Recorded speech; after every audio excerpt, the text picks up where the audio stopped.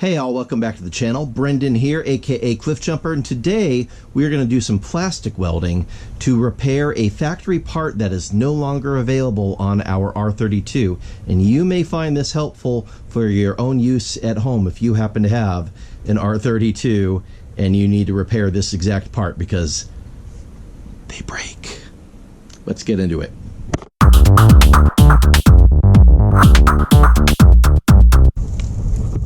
Yes, indeed. What I'm talking about is the factory grill that goes right there. And this kind of thing also applies to these side grills because they are just as susceptible to breaking. And what happens is, well, they're exposed to heat, they're in the sun, stuff hits them all the time on the road, and eventually they'll develop cracks. Let me show you.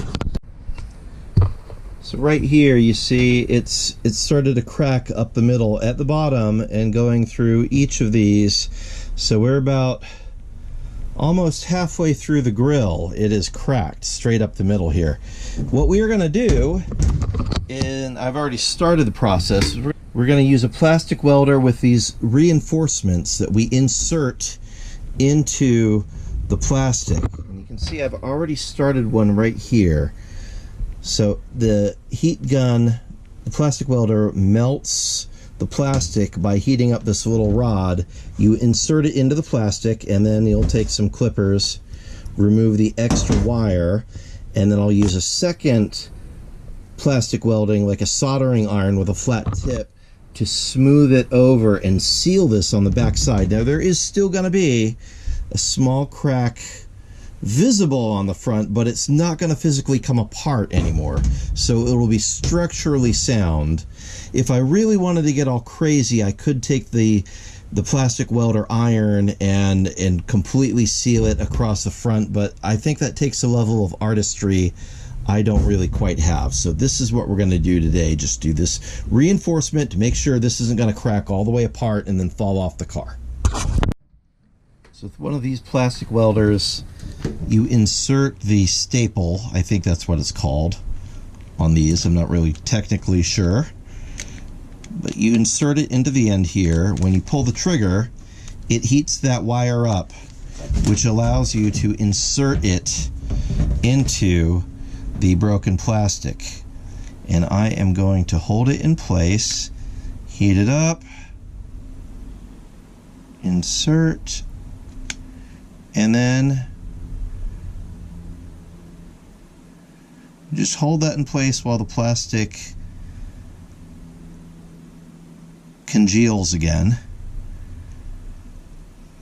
This is the most painstaking part of it. You'd have to really wait because the plastic melts quickly, but it doesn't solidify quickly. So in real time, maybe about 30 seconds of letting it emulsify, or whatever the proper term is here.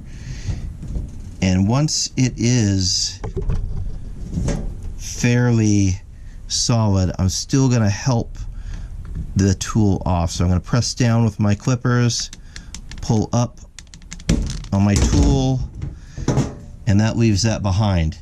I'm going to not clip it yet. I'm going to leave these little end pieces in place to let that really solidify, because I'm also going to come in with the other iron afterwards. But eventually I'll clip these off with the clippers and then use the other heat iron to smooth it all out, seal it from the back, make sure the plastic is all the way across the back so that these things don't rust.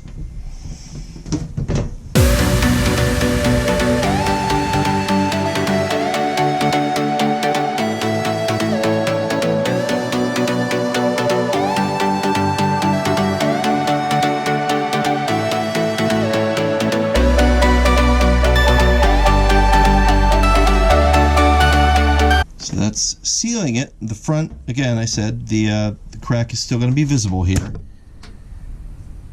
and it is, but it's structurally going to be sound. For this last one, I'm going to use a bigger clip. We got a little bit more surface area. I could take two approaches. I could either use two of these smaller ones. I want to use this big one. I want to see if I can just get that in around that piece and kind of give it some better footing. maybe like so. Yeah, we'll do it like that.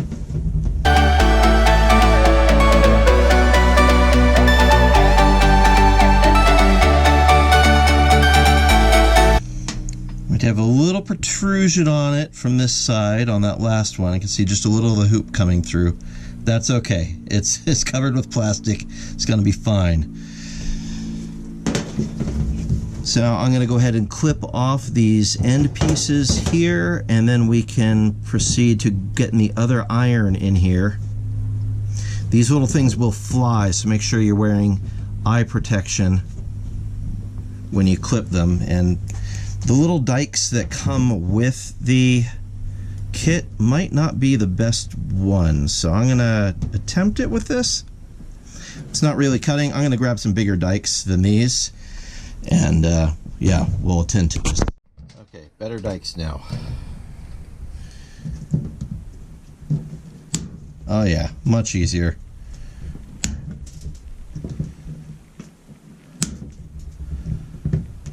Get them as flush as you can.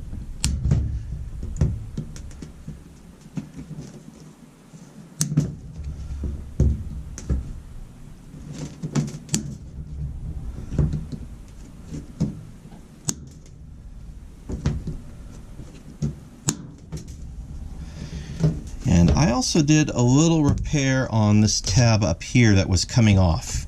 So this will be a little interesting to dig into here and get these tabs, but yeah.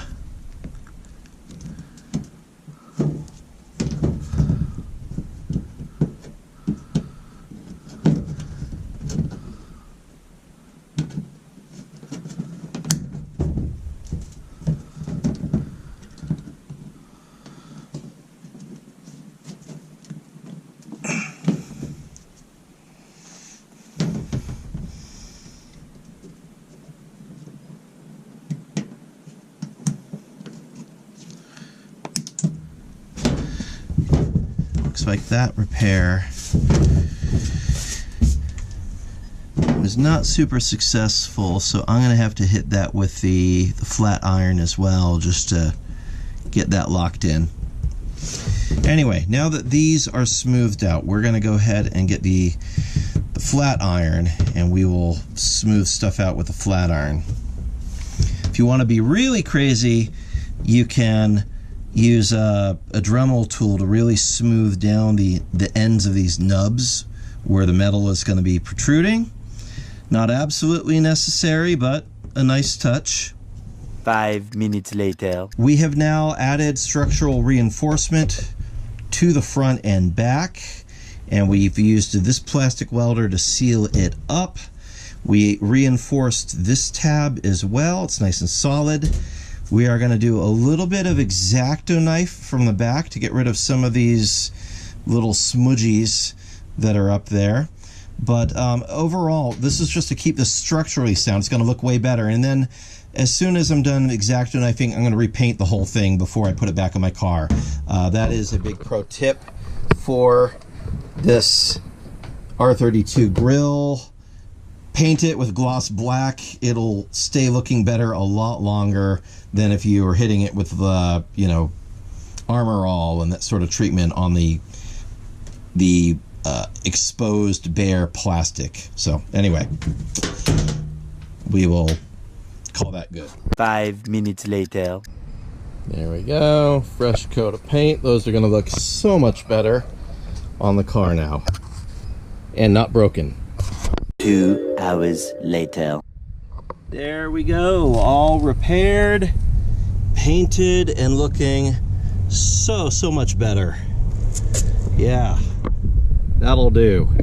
So I hope that helped you out. If you've got one of these and it needs help, it's fallen apart, it's got some broken stuff. The plastic welding tools that I use are fairly inexpensive. Like the plastic welding gun with the reinforcements, it's like $29 on Amazon. It's pretty cheap. And the other plastic welding tool is also pretty inexpensive as well. So well worth the investment. I guarantee you'll find lots of stuff you can fix that otherwise you would have tossed out. And if you've got parts like this that are no longer available, this will let you keep those parts serviceable for a lot longer.